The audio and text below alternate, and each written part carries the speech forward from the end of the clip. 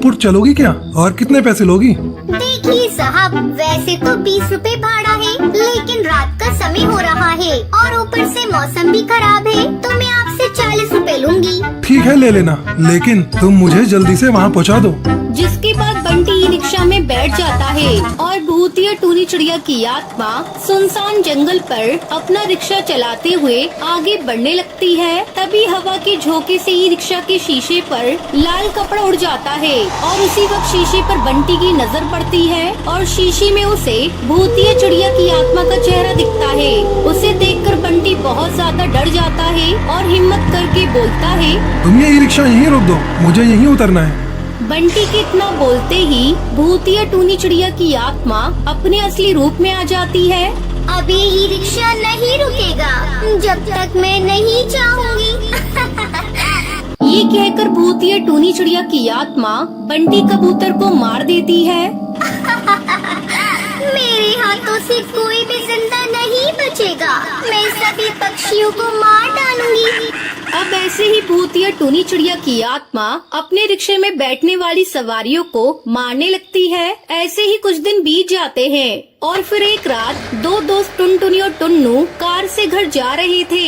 तभी अचानक उनकी कार खराब हो जाती है, जिसके बाद वो सभी कार से उतरकर जंगल के किनारे खड़े होकर दूसरी गाड़ी के आने का इंतजार करने लगते हैं। यहाँ इस सुनसान जंगल पर कोई गाड़ी नहीं आने वाली, हमें पैदल ही चलना पड़ेगा। तभी टुन्नू को ई रिक्शा आते हुए दिखता है और वो बोलता है, वो देखो, एक ई रिक्शा आ रहा है। जिसके बाद भूतिया टूनी चिड़िया की आत्मा अपना ई रिक्शा वहाँ आकर रोकती है और वो दोनों उसमें बैठ जाते हैं। यार, बहुत टाइम बाद हम ई रिक्शा में बैठे हैं, तो क्यों ना एक सेल्फी हो जाए। गुड आइडिया टुन्नू, चलो सेल्फी लेते हैं। जिसके बाद टुन्नू अपना फोन निकालकर कैमरा ऑन करता है, लेकिन गलती से उसका बैक कैमरा ऑन हो जाता है। लेकिन उसे रिक्शा चलाते हुए वो चिड़िया कैमरे में नहीं दिखती। ये देखकर टुन्नू डर जाता है। क्या हुआ? मैं तुम्हें कैमरे में नजर नहीं आई ना? इतना बोलते ही भूतिया टूनी चिड़िया की आत्मा अपने असली रूप में आ जाती है। अब तुम में से कोई भी जिंदा नहीं बचेगा, मरोगे, सबकी सब मरोगी। लेकिन तुम हमें मारना क्यों चाहती हो, बताओ मुझे।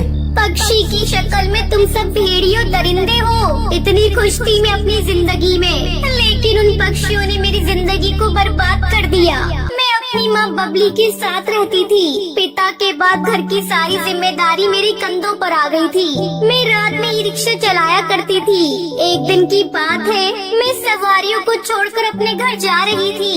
तभी उस वक्त तेज बिजली कड़कती है और बारिश शुरू हो जाती है। तभी कालू हरी तोता नशे में तो मेरे पास आए और मुझसे कहने लगे, ए चिड़िया, रिक्शा खाली है क्या? हमें अपने घर जाना है। खाली तो है साहब, लेकिन मैं नहीं जा सकती क्योंकि मैं अपने घर जा रही हूँ। ऐसे कैसे नहीं लेकर जाएगी, मैं देखता हूँ। इतना बोलकर कालू उसके साथ बदतमीजी करने लगता है। छोड़ दो मुझे, मैं तुम्हारे आगे हाथ जोड़ती हूँ, मुझे मेरे घर जाने दो। घर पर मेरी माँ मेरे इंतजार कर रही होगी। अरे, तूने मना करके बहुत बड़ी गलती की है, इसलिए हम तुझे कहीं का नहीं छोड़ेंगे। जिसके बाद उन दोनों ने मुझे मार दिया और तभी से मेरी आत्मा यहाँ भटक रही है और मैं ई रिक्शा चलाकर पक्षियों को मारकर अपनी मौत का बदला ले रही हूँ।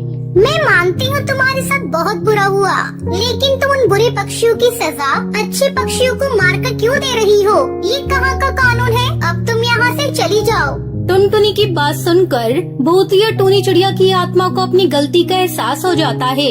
शायद तुम सही कहती हो, मैं अपने बदले की भावना में आकर बहुत से बेगुनाह पक्षियों को मार चुकी हूँ, लेकिन अब मैं यहाँ किसी को नहीं मारूंगी और यहाँ से हमेशा हमेशा के लिए चली जाऊंगी। ये कहकर भूतिया टूनी चिड़िया की आत्मा वहाँ से चली जाती है।